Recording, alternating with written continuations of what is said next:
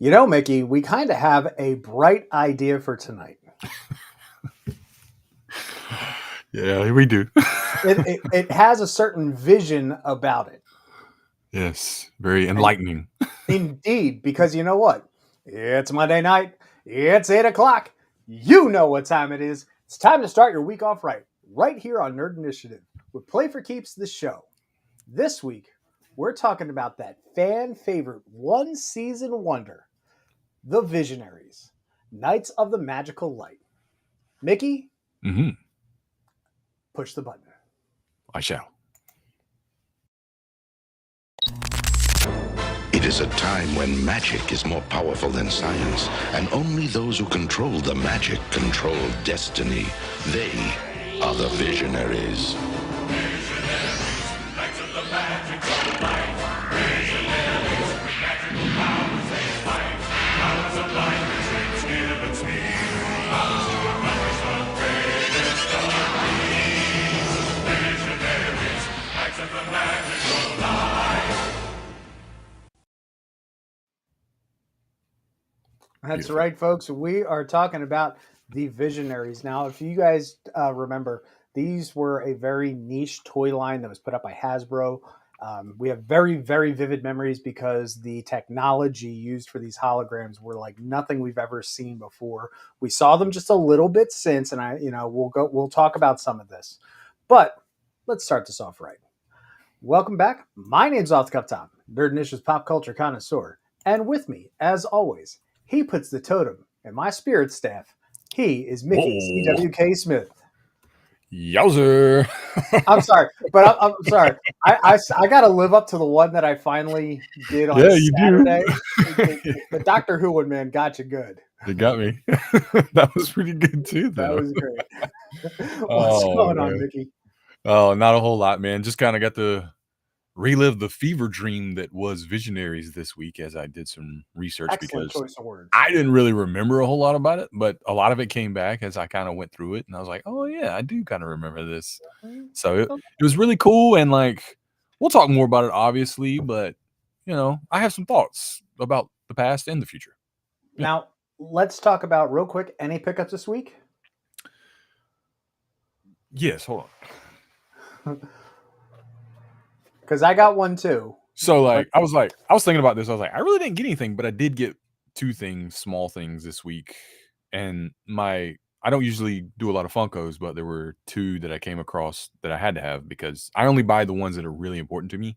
Agreed. You know what I mean? And it's usually movie related too. So like I found Max from the 30th anniversary Goofy movie and Roxanne, which was really Very cool. nice. Aww. I didn't see Goofy anywhere, so if I find him, I'll pick him up too just to complete that set of 3. But I was like, man, well, first of all, I feel old as crap. I'm talking about 30-year anniversary of a Goofy movie.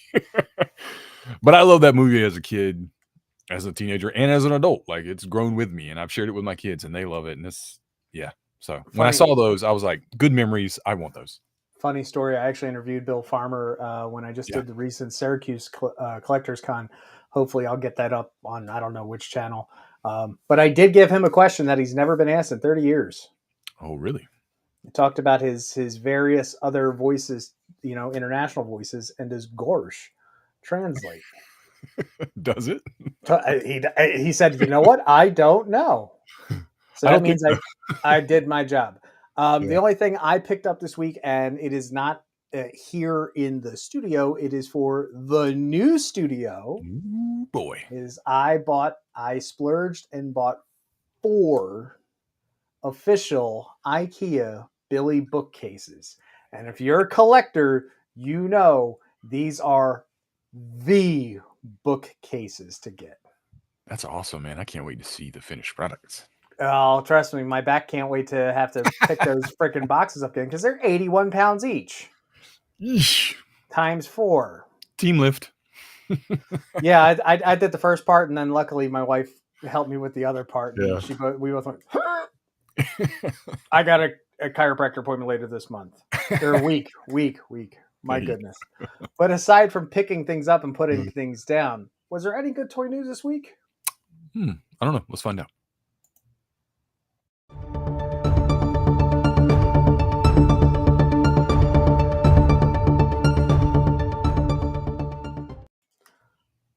That's right. This just in. My sacrum is killing me.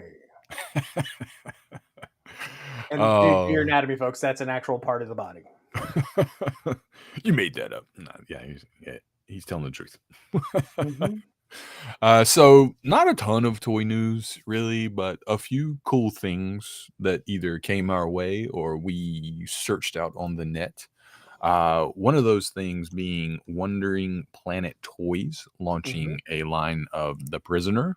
I believe these are 112, yes, 112 scale action figures from the show, 1967, 8, Yep, 1967, and this is 67. also supposed to be Wave 1. Yes, yes, yes, yes.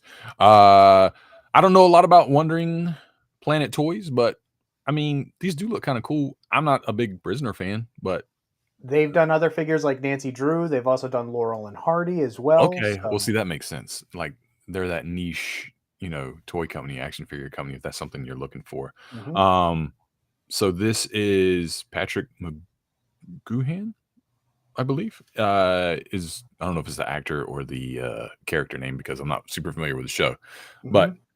this is his. You got his accessories and stuff. And then Leo McKern. They are number 6 and number 2 respectively in the show. Again, don't know a lot about the show, but very cool stuff. They look really good. I know this is probably like promotional Yep. images, So, like so concept work. there's also other figures. There's prisoner number 2. There's prisoner number 6. There's prisoner number 16. All of them have a different aesthetic going to them. Yeah, yeah, So how they work in the show, sorry folks, a little before our time, but we always want to make sure that we highlight, especially the lesser known brands and yeah. things. Maybe it's something that you want to get out on your shelf yourself. Maybe you got that boomer dad who's still kind of cool who wants to remember about this particular show. I know these are pre-order, but I mean, Father's Day, perhaps, if Hmm. someone is really interested into it, like, hey, got something on the way for you. And if they're not coming, obviously for Father's Day, then you absolutely can, pull a Kenner and just give them a piece of cardboard. Exactly. Just print off piece of Mhm. paper and be like, this is what you're getting. They also have a commemorative lunchbox, which I'm a fan of lunchboxes. I do wish I would start collecting them maybe in a few more years when feel like I've got my action figures out of the way and I'm at a point where I'm good moving on to something else. I think lunchboxes may be something I get into because I like metal lunchboxes. And one interesting thing about this show that the show follows number 6, who's the main character, and it was the actor Patrick McGoohan was also the creator and the director. He was a triple threat back in the '60s. Think about that. Heck yeah, man. That's what I'm talking about. Hmm. Um, they remade this show, didn't they? With Jim Caviezel or I feel like Patrick Stewart had something to do with it too. Yep. So there was the remake that had The Prisoner with Jim Caviezel, Sir Ian, Yeah.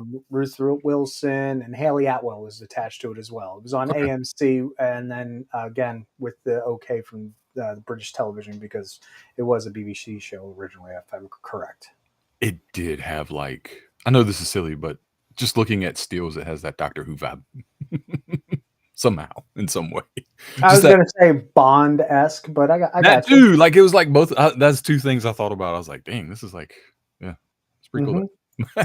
But we also had Ghostbusters Day, Yes. and we have I believe this is the rooftop, if I'm not mistaken. I don't care. I get another freaking chance of getting the plasma series of the original Ghostbusters. All right. Ghostbusters Plasma Series Rooftop Showdown. There we go. I don't care where in the movie it is. I just get to have the figures again. Do you know how fast these flew off the pegs? Yeah. And then they made the remakes, and then they made the goo, the ecto, the slimed ones. I'm like, I don't want them. I want them. And they're really not like terribly priced. You'll look at the price tag of $100, $99.99, and go like, "Yeesh!" But then like that's $25 a figure, right? And that's pretty standard. Not bad, especially considering what you get. And at the same time, also take in consideration, folks, when you're talking about these Ghostbuster figures at $25 a piece, I'm going to use, of course, as always, the Power Rangers toy line or even, Black Series. All right. You're getting more plastic in these because you have the whole proton pack. You have the Yeah, beam. You have everybody comes with something different. Egon obviously has the PKE. Winston's got the trap. Bill Murray's got Kaiser Soze, and Ray's got the goggles. The goggles. Enough pieces to quantify the $25 price point. So, yay Hasbro, I will be sending you my money for these. Yeah. And the best part is I'm going to put them next to Ectotron, my Transformer. Yes, that would be cool. That would be really cool.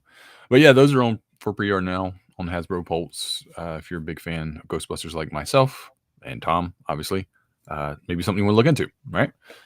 Speaking of Ghostbusters, do we want to tell them the quick story about my comic book review that tanked one of the books online? Yes.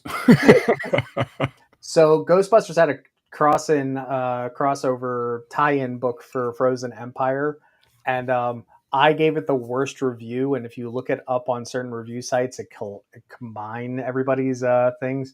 My everybody's like 9s and 10s and da da da da da da da. I'm like, you're just trying to kiss ass. I gave it a 3. If the comic was anything like the movie, you were on spot probably with that 3.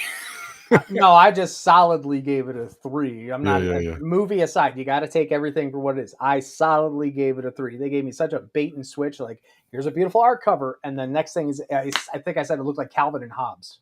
Oh man, that sucks. Yeah. Oh yeah. I was really disappointed in Frozen Empire the movie, but old school Ghostbusters cannot go wrong. Hey, look, I had no big deal with it. I loved Afterlife, but again, Afterlife was great. Frozen Empire Afterlife was great. Frozen Empire was a cash grab.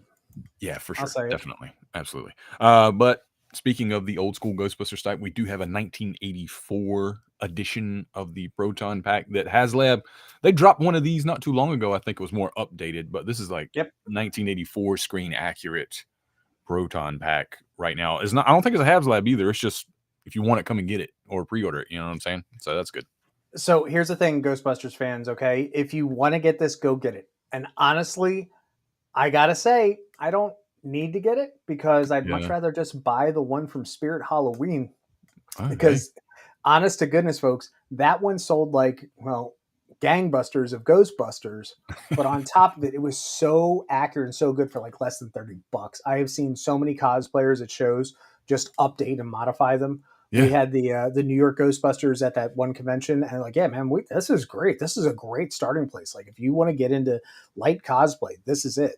But yeah, to see the accelerator in there and you can take it apart, cool. But why would you? I think this is for like super duper prop fanatics. Like they want something very detailed and very accurate. So yeah, it's cool. I really like it. I would love to have something like this, but it's not something I'm going to spend my money on. You know what I mean? Like, there's other things for me that are more interesting, like the 4 Plasma series action figures. That scratches my itch a little more than a Proton Pack. And hopefully, if that 4-pack sells well, I would love to see. And I don't know if they did it yet in the Plasma series. I'd love to see another one for Ghostbusters 2, updated suits, and then to also give Ray a head swap. No, I'm Beagle. Yes, that would be awesome, man. And the black, you're talking about the dark gray, almost black. Yep. I love those things. And then like the little devil horns and the red eyes, let's do that and have the plasma, the goose shooters. Yes, that would be cool. That's I like what you're thinking. Let's keep going that way. That's what I do. Also later this week, the pre-order for the Godzilla Superman 2-pack will be dropping. This is ahead of, I think, Justice League versus Godzilla and Kong, or versus Kong. Like, I forgot how it goes, but there's a second series of that coming. Yep. And this is very similar to we already got a Batman King Kong last year. I think you get a 7-inch Batman. I think it's like 9 inches, maybe 10 inches. King Kong. This would be Godzilla. And it comes with a 3-inch figure so that Godzilla or Kong can hold Superman or Batman, like, to look more scale accurate, I guess. But yeah, that's going to be pre-orders I believe on June 12th if you're interested. It does look really cool. So Godzilla versus Justice League versus Kong was last year. Then the next series, Godzilla versus 2, is running right now. Okay, yeah. So. And that's ongoing. And of course, our friend Brian Buccellato, you can check out that interview on here on their initiative for Turn a Page. Loved it. Extremely just look. I'm gonna say it since I don't do DC reviews. I'm still pissed off at DC for ruining the fact of what happened at the end of that book. You know what happened, right? No, or maybe I do and I forgot. Kong became a Green Lantern. Oh yeah, I remember you getting mad about that. I'm still mad about it. I do remember you getting mad about that. Still mad. Stupid. Anyway, these are great looking figures. We know McFarlane does great figures, and the fact that that's supposed to be a 3-inch Superman. I don't know if these photos are, but it comes with one that kind of holds in his hand. So. Oh, okay. So a mini. Okay, gotcha. Yeah. Kind of like probably the Page Punchers size. If you know what they look. I couldn't find an image with that in it, but yeah, that's for sure how that's going. That's all right. Godzilla has it in hand, not Mickey, folks. That's right. But you know what else we have in hand? We have a great show planned for you. We are talking about one of, like I said, one of those fantastic niche series of the 1980s. So any of you guys born, in the 90s, you're not going to remember this unless you had a really cool brother, sister, cousin, uncle, or whatnot who held onto these figures, because these were by far ahead of their time. They were visionary in and of themselves. Yeah, for sure. Again, a fever dream, probably, even for people like me that live through it. Right? Mm-hmm. Once upon a time, again, Tom marked out my Marvel Productions because I think I got that wrong.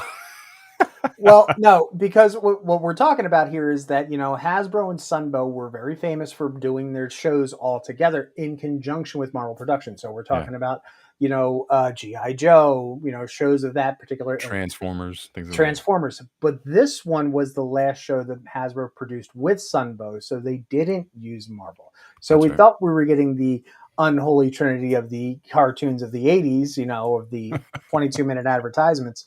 But we only got 2 out of 3. When, Meatloaf says that ain't bad. Yeah. But in the year of our Lord, 1987. This is true. Again, Hasbro was looking to strike while the iron was hot once again and just come up with a new property. They had just failed at, what were they called? The monsters. I can't remember what they were called. But anyway, they just had a line that just crashed because it was a little too horror. I think it was a little too gross for the age ranges they were looking to get at.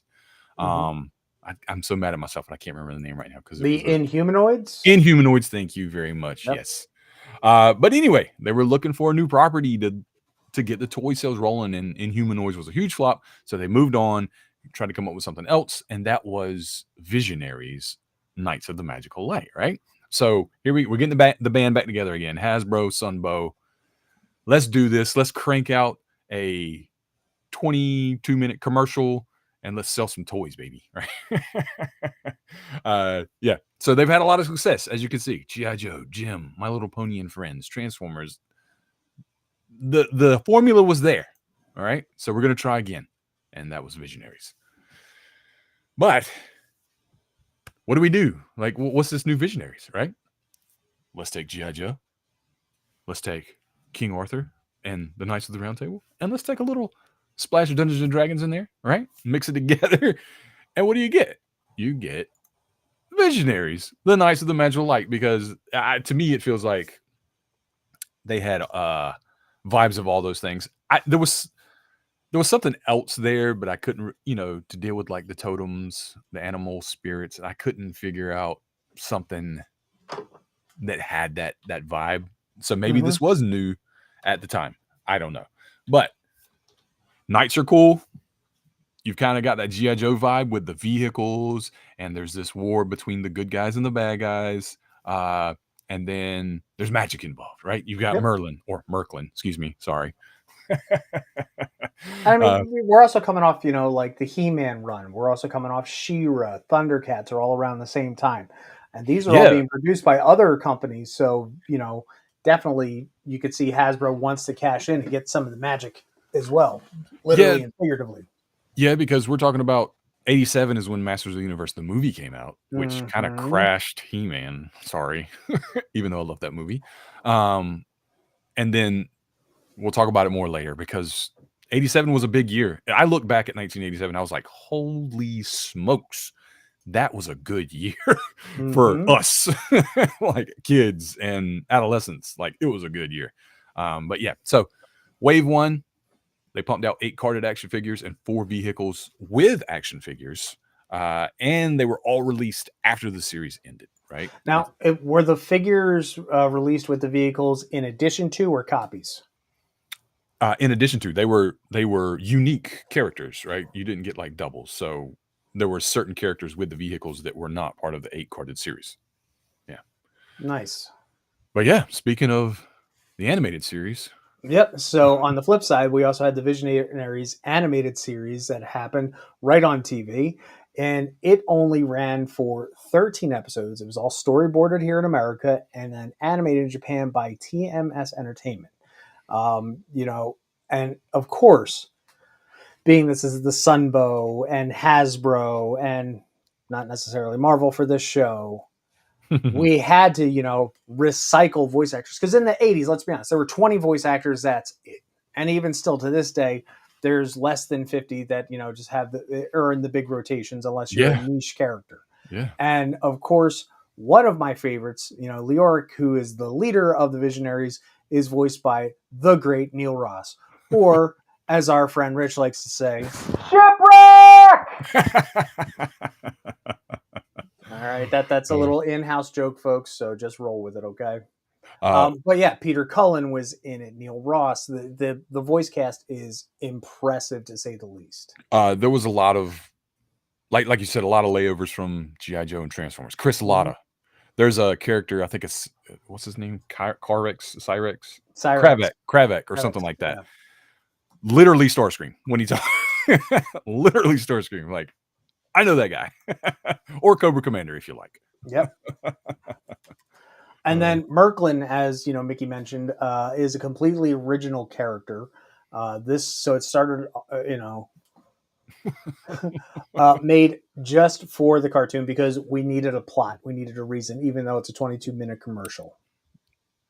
Did you talk about this guy later? Because no, you didn't. Okay, this guy was really like the bad guy of the show, if you ask me. He was the reason for the show. I mean, he's the oops. Yeah, like if you can make it to me, you face my challenges and you can make it to me, I'll give you the magic, And I wouldn't say necessarily antagonist. I wouldn't say protagonist. I wouldn't even call it, anti-hero. I just think it's just the chaos. Yeah, seriously. Agent of chaos. Yeah. Because he didn't really care, like, I don't think he really cared. He was ambivalent. Whether they were good or bad. It was just like, here, go do these things for me if you want some more magic. You know what I mean? So I think he was a trickster god, honestly. But whatever. Jim Cummings was on there as well. Oh yeah. Peter Cullen, Jennifer Darling, which I think she did dual role. No, she didn't. Susan Blue was the other girl character because in every 80s show, you always had to have the girl on the team. Yeah. Daniel here says, I wish the show would get an official DVD release. I believe it did, but I believe it was in the UK, if I'm not mistaken. You might want to look that up. We'll go to the computers on that one. But I think there was a UK release of the 13 episodes. And I know you can watch them on YouTube because this is correct. Complete 13 series was released on DVD in the UK in 2004 by Metrodome Distribution with a special feature set of PDF files. Oh, yeah, 2004, laying it down with the PDF. Like you've heard of enhanced CD, like your Backstreet Boys CD? Nah, man, this is PDF. Say what? Oh man, but I think I know what you mean though. They should probably release like they've done He-Man and Thundercats and Transformers recently with like updated box sets. But I mean, it's only 13 episodes, so it'd be a single sleeve, probably not a box set. With PDFs. With PDFs, they better be in there. With the full scripts apparently on the PDFs. But look at these. Look at these. Look at these. So, just doing research on this, because I was way too young to be like shopping for these things. I think I had one or two, and they were obviously bought as gifts from like someone. But I don't know how they said these were peg warmers. I was like, how? Like, look at them. If I was walking through the toy aisle and I saw this, your boy would be like, what is that? and how much are they, and how many can I get? hmm You And know what I mean? for me, I don't think I know I didn't have any of these. I know one of the kids in the neighborhood had them because I vividly just remember going, Just mesmerized by the hologram. and the holograms were great. Like it wasn't like that 3D lenticular ones like with the little triangles that you turn this way or you turn that way and it's one picture or the other.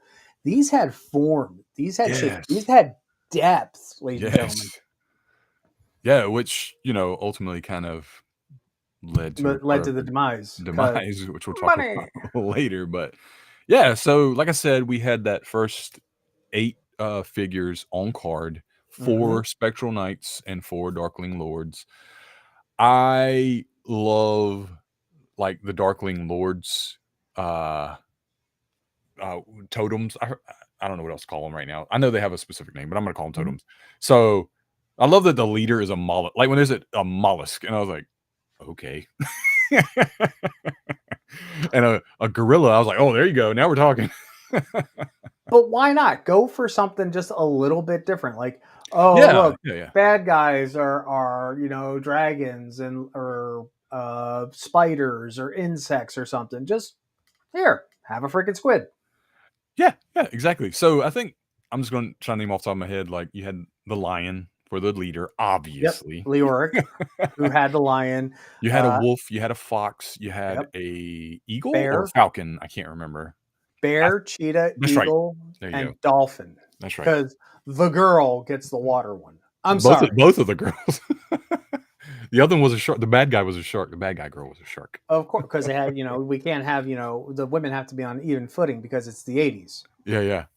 And obviously, like in true 80s fashion, you have uh the cool little bio card that came with them, which I love Yes. that. I love that on action figures. Give me some story, give me some lore, give me some world building.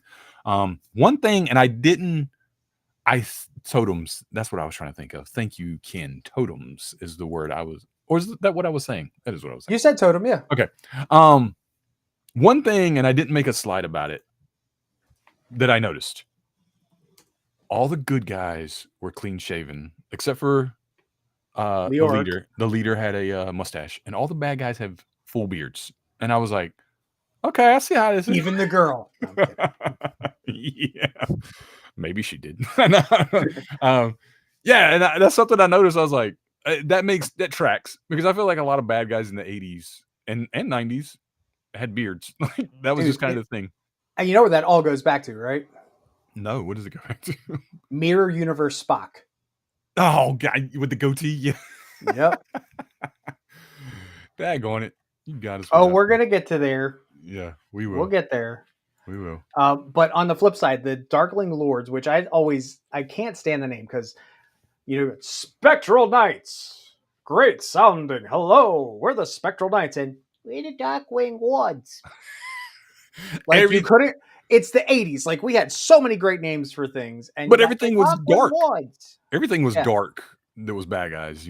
Like everything. It was dark or storm or shadow. Like one of those 3 words were part of a bad guy's name in the 80s. Speaking of the Darklings, the Darkling Lords, their totems were mollusk, lizard, beetle, gorilla, python, armadillo. I like the armadillo. That's a good change up. And he was the coward. Shark. The lady shark. Yeah. Yeah. Hey, the lady shark. Ladies. But yeah, I like that the armadillo guy's like a coward. Like he just rolls up and disappears. And I also so they have a special power from their chest totem. Right. But then they have another power in their staff. Spirit staff, yep.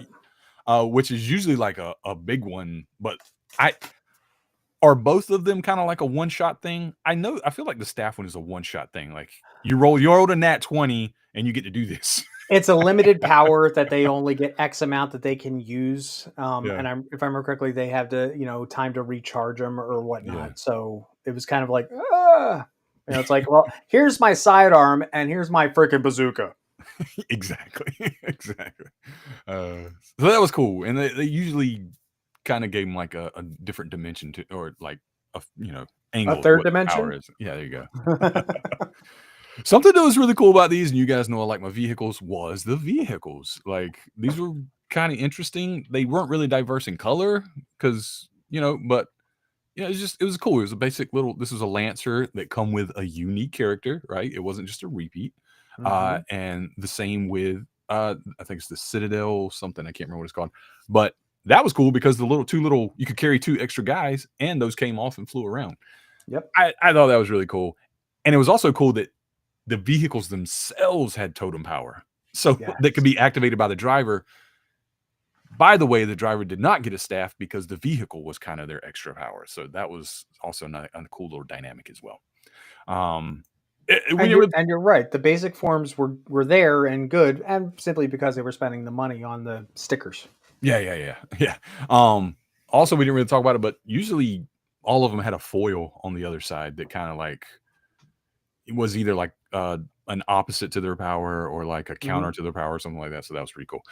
You also had the 2 villain. Those were the 2 Spectral Knights vehicles. These are the 2 Darkling Lords vehicles. The what's that thing Color called? palettes are the same on both the bad guys and the good guys vehicles, but very different. So you knew which was which. These were cool. The Skyclaw is awesome, but this Dagger Assault, which is a Grail figure or not a Grail toy, excuse me, very hard to find complete. And if you do have one, you got some money, right? Like you've got something that people want real bad. But yeah, it just came with so much stuff. It was almost like a playset. Yep. But it was a vehicle. It did a lot of cool things. It's very interesting. I think the vehicles were a really cool part of this set. And I know I say that about a lot of things, but this one is pretty good complimentary thing to what they were trying to do.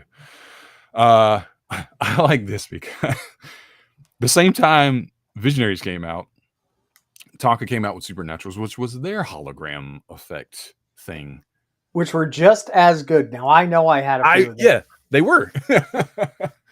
And they were more like spooky horror based as opposed to Visionaries, So honestly, I feel like these would have good synergy to play together. Right? You know what I'm saying? Like if you're having playtime, you can have a bad guy supernatural and a Spectral Knight visionary fighting. I think that's pretty cool. But of course, as we know, Hasbro and Tonka have done this little dance before with Transformers and GoBots. It was a huge thing there. Back and forth. Yeah. And now GoBots are Transformers, but exactly.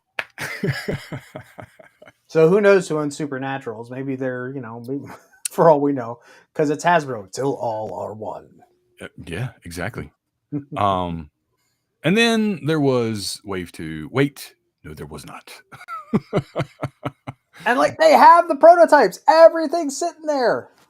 They had a whole guide, right? Their buyer's guide, or all these toy companies did that for the holidays. Like, this is what's coming, Get your wallets ready. And they even had a whole castle playset with a huge hologram of Merklin in the middle. Dude, that would have been Grayskull level. Thank you. Thank you. Yeah. It would have been on that level of collectors for everyone right now, honestly. But yeah, so Wave 2 didn't happen because the show ended and they didn't renew it. So it was I would love to know who has those, if anybody has those still. Oh man, I bet they're so some rare. poor guy who worked for Hasbro way back when, that was doing trade shows or whatnot. They're sitting in the back of the shelf next to their old bowling ball. Who knows? Any kind of prototype stuff is huge collectibles, and I bet there's got to be at least one copy of them or two somewhere. But why did Visionaries fail? At least the toy side of things. Obviously, it has something to do with the show ending and not being renewed. That's a big deal. Also, the hologram technology they were using, super expensive, right? And it was I probably couldn't these were more expensive toys than other toys on the shelf too. That probably didn't help that they were shelf warmers, because you would rather just buy a cheaper G.I. Joe. Speaking of which, I personally think making them a larger scale than G.I. Joe was at a detriment, because you couldn't have that interplay type of deal. And I think that I'll have to agree that having the scale on this slight larger than what Hasbro was used to doing. Now, was thinking about this for several reasons. One, they had to go to the larger size so they could get the detail. Two, so they could get their chest totems Yeah. because they couldn't probably print those stickers any smaller. Yeah. Three, how much it would have to cost for them because to have more than likely a dedicated factory just to make these as opposed to their Joes, which they could mass produce at God knows how many factories because it's the same thing every single time. So that's just where I was, considering. And I mean, we didn't talk about it, but they have the same technology as GI Joes, like the same kind of articulation and build and everything, just a little bit bigger. And I'm talking like just a little bit bigger, enough to be noticeable. These were O-rings too. Yeah. They had the hips, the waist, all the arm pins and articulation, and the knees and all that stuff, almost exactly the same, which were great toys back then, right? Like they made for a lot more intriguing play. But yeah, on top of that, we've already talked about this before, but the Ninja Turtles came around and destroyed everything in 1987. It was really hard to compete with them in video games because Nintendo was on the shelf, and it was a rate of, I'm not going to say it was in everyone's home, but it was in a lot more homes than like previous game systems had been. So there was a lot of things working against it. It was really hard to sell toys in the late 80s, I feel like, because things were just changing, I wonder if I ever did a study on market sales to see, because I wouldn't be surprised by the time we got to the 16-bit generation if physical toy media had finally had an upswing again.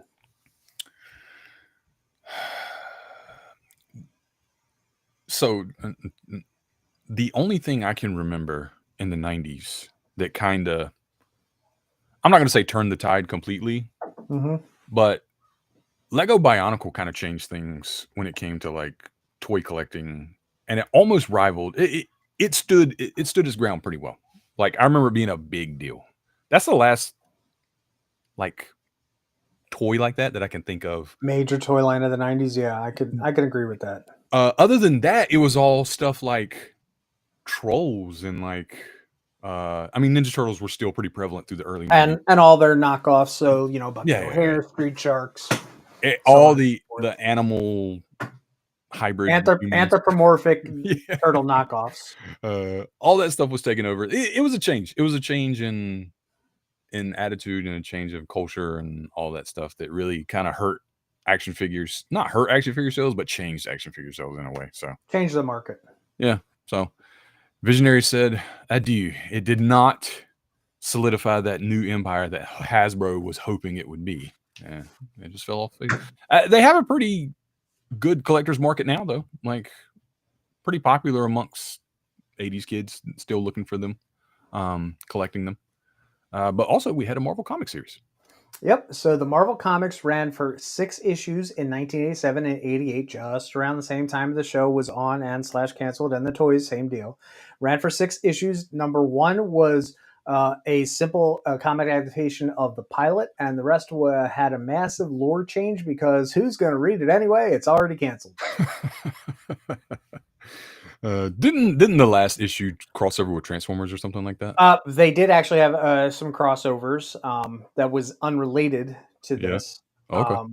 But like some of the lore things, like, oh, we super crossed over our staffs to do a super power thing. I'm like, you don't do that. That's already been established. Now, back in 2017 or 2016, San Diego Comic-Con was really big on trying to do this whole Hasbro-verse, the Hasbro Revolution.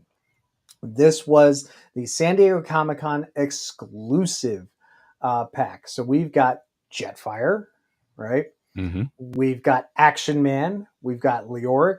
Rom the Space Knight with one of his villains, and I can't see it on there all that well. Down at the bottom, all these little tiny ones are the Micronauts.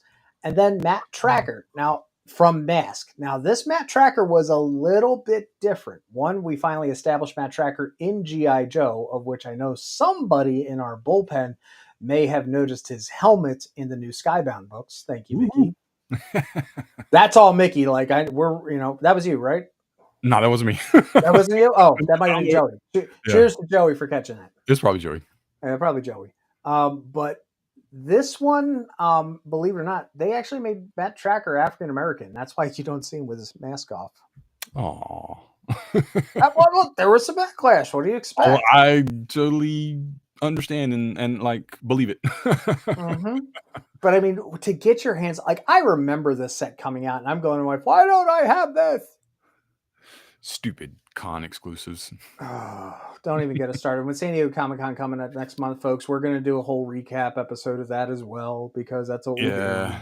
In the whole vein of this, though, something that kind of irks me is that the Void Rivals Jetfire pack is a San Diego Comic Con exclusive, which really blows because I really wanted that really bad. Yeah, I don't even know. Like, I might have a guy for this one. Speaking of which, Yeah. I got your guy for Target, by the way. Okay, sweet. I Because talked to that my one guy. made me mad. I talked to my guy, so he's going to keep an eye out for your guy that you're looking for, guy. I got a guy. Yeah, oh no, you have a guy who has a guy. But yeah, this was a fun pack, and I mean to put all those in, like, you have to imagine the size of Jetfire and then putting in the rest. Yeah, You know? exactly. And then out of this whole Revolution storyline, there you go. Ken said it was Joey. Thank you, Joey. This Transformers versus Visionaries storyline came out. Let's go full screen. And I was going to say, look at these covers. Yeah, they're awesome.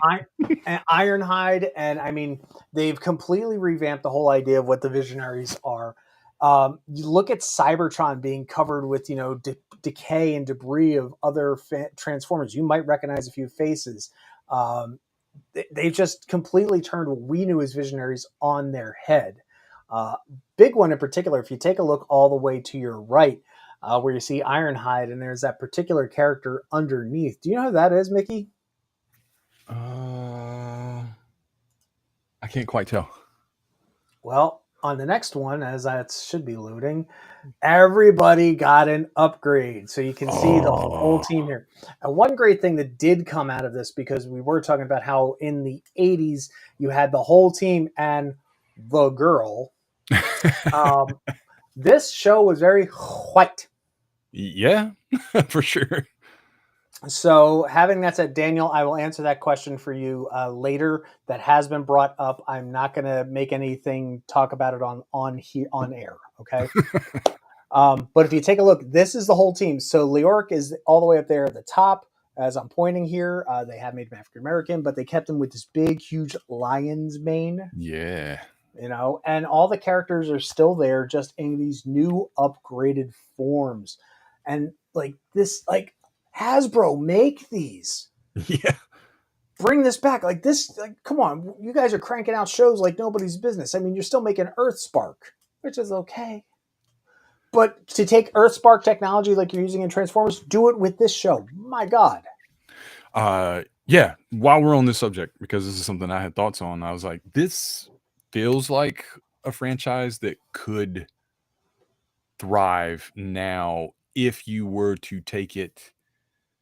Obviously probably wouldn't be anime, but it would be anime inspired at this time. I feel like it would really do well because a lot of these themes that they use in the show, in the old show, and their powers and stuff are pretty like standard with like anime shows as well, with the totem spirits and like just all that stuff. I feel like this one would do well if somebody was really to put their heart into it. But that's the thing, and somebody has to really, again, for any of these shows to succeed, there has to be someone at the top that really believes in it, right? Because if they're just trying to make money and a flash in the pan, it never works.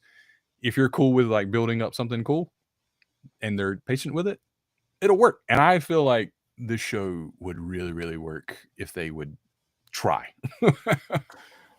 So speaking of the characters and the upgrade and everything, that character that I have their character model for in 2 designs, that's Merklin. Oh, okay. Okay. So completely revamped, total agent of chaos, leaning way more to the bad side, who wants to take over Cybertron pretty much. Yeah. And there is a whole new, the Transformers of Cybertron give them a small city, and then there's like, nah, we're just going to take the whole planet. Like, this got really rough, and I'm sorry, but these character models are so freaking good. Like, they are good. I don't know how I feel about like the totem, the way they redesigned it. You mean it's just the chest as the? Well, I'm talking about the lion spirit we have on this image here. I Oh, think I with would like it to lean more towards natural looking as opposed to like some kind of sci-fi demon thing. But then again, if you're gonna do that, because that's with the Cybertron thing and this whole like alien feel to it, I get it. Then it makes a lot of sense.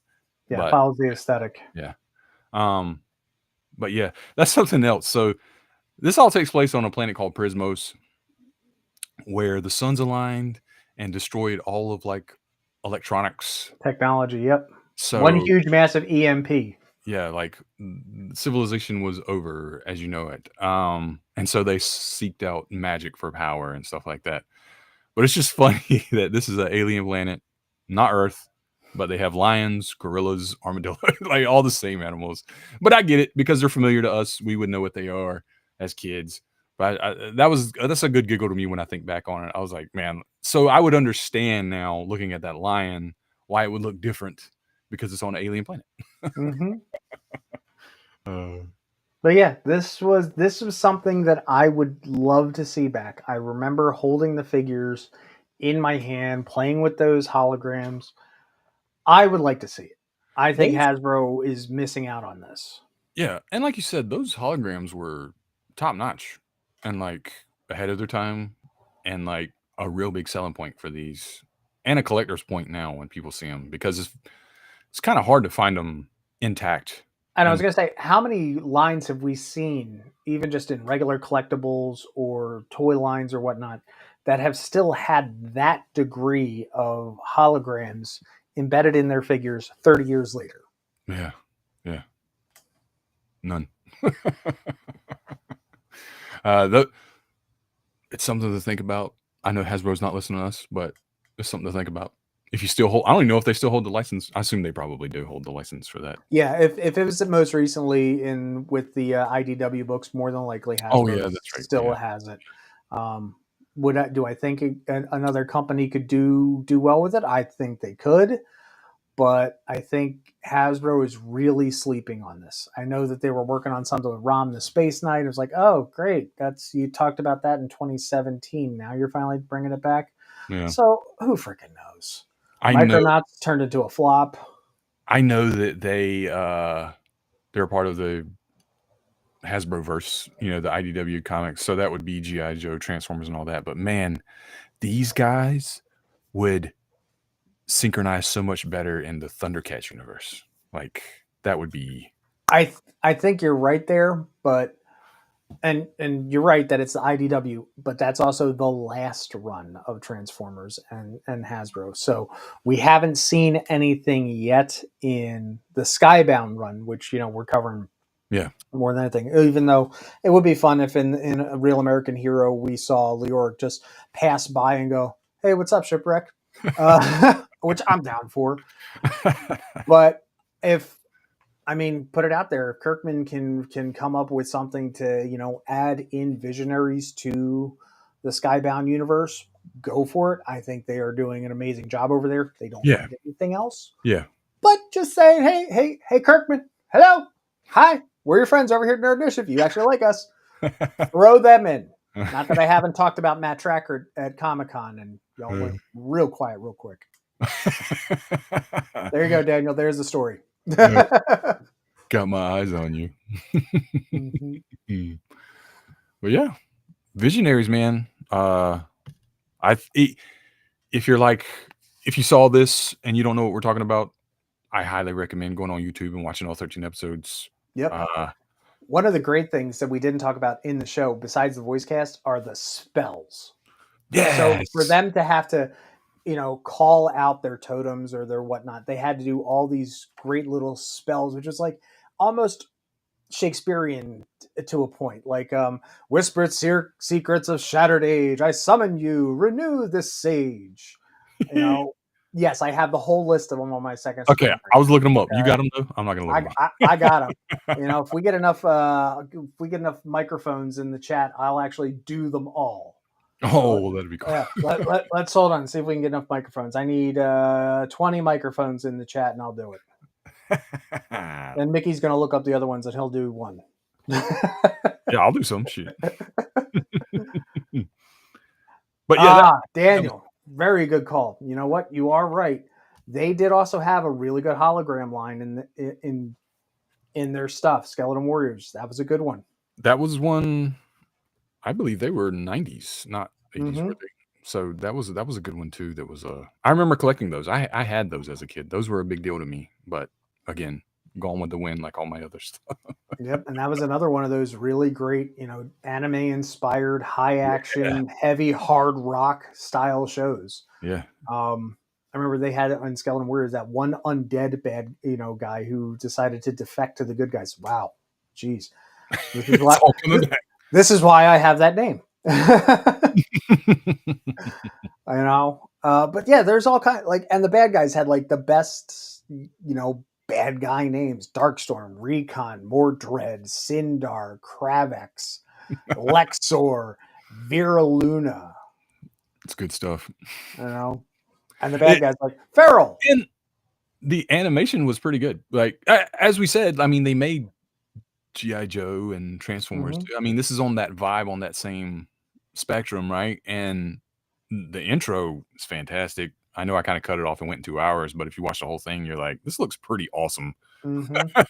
Just watching it. So it's cool, man. I really would like to see something come of it again one day soon. But yeah, you never know. It's Hasbro. You know how they do. It's like, hey, we've got a great thing going, and then It'll take a lot of murmurs from the fan base for it to come up again. So maybe we we're need to gonna get like keep some big yelling. executive producer. Like who do we know? Big names. Let's Start sending out an email campaign. Yeah. But you know what, folks? We're going to go and start our email campaign with God knows who. But in the meantime, make sure, as always, like we always ask you to, is that you hit that like button, smack that subscribe, and ding the thing, make it ring to get all your notifications for everything over here at the Nerd Initiative. We have a very special extended episode tomorrow night of Turn a Page. And hit the thumbs up so Michael knows that we're doing a good job. Sorry, I was actually talking to Michael earlier, so I just forgot to mention him. I had my Michael Phil, so.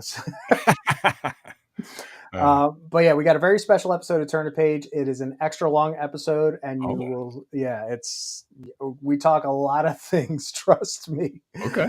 And then I sit there and try to put my 2 cents in, but in a good way. Wednesday, all the great new comic book reviews coming out. Thursday, we've got Wrestling Night Live. Rich and Sammy dropping in. The book club has a bunch of stuff coming up. The TVs and movies, I'm doing The Librarians, the next chapter, so you can check that every single Monday. The reviews will be up. And stay tuned in movies because July's a big month, right? Fantastic Four, Superman. There's going to be some heavy hitters that month that we're going to be covering, and we're going to try and bring as much content as we can on those. So not only that, I haven't talked about this, but I'm just going to put it out into the world. Best ending segment ever. Yes, it was, Ken. Best ending segment ever. That might even segue into a special edition of something else. But speaking of which, if all this stuff is gangbusters, who knows what other content's coming up. We know we'll have the reviews. We'll have the TV reviews. Maybe we'll do another sit down like we did with Mickey and I and Lauren and talked about, Doctor Who like we did last week. Maybe we'll talk about that with all the other great movies coming out. So just make sure you stay tuned to Nerd Initiative. It is summertime. You want to stay cool while you're out there, and make sure while you're doing it, wear a hat, get a water bottle. Maybe, if possibly, go on to our store and get some merch. There you go. Yeah. Do we still have that graphic ready? Maybe. I was dragging it out. Probably. I still have the. No, I don't think we do. Oh, we'll work on that. But if you check out our website, the merch links are in there. Yep. Now, Ken, this is the best ending segment ever. That's right. Well, we're having fun, folks. That we're having fun. That's what we do. We want to make sure we're the home of pop culture positivity. Yeah. And you know what? Just for that, I'm going to say, 3 suns align, pour forth their light, and fill the archer's bow with might. And make sure that when you play You play for keeps. I'm out. Peace.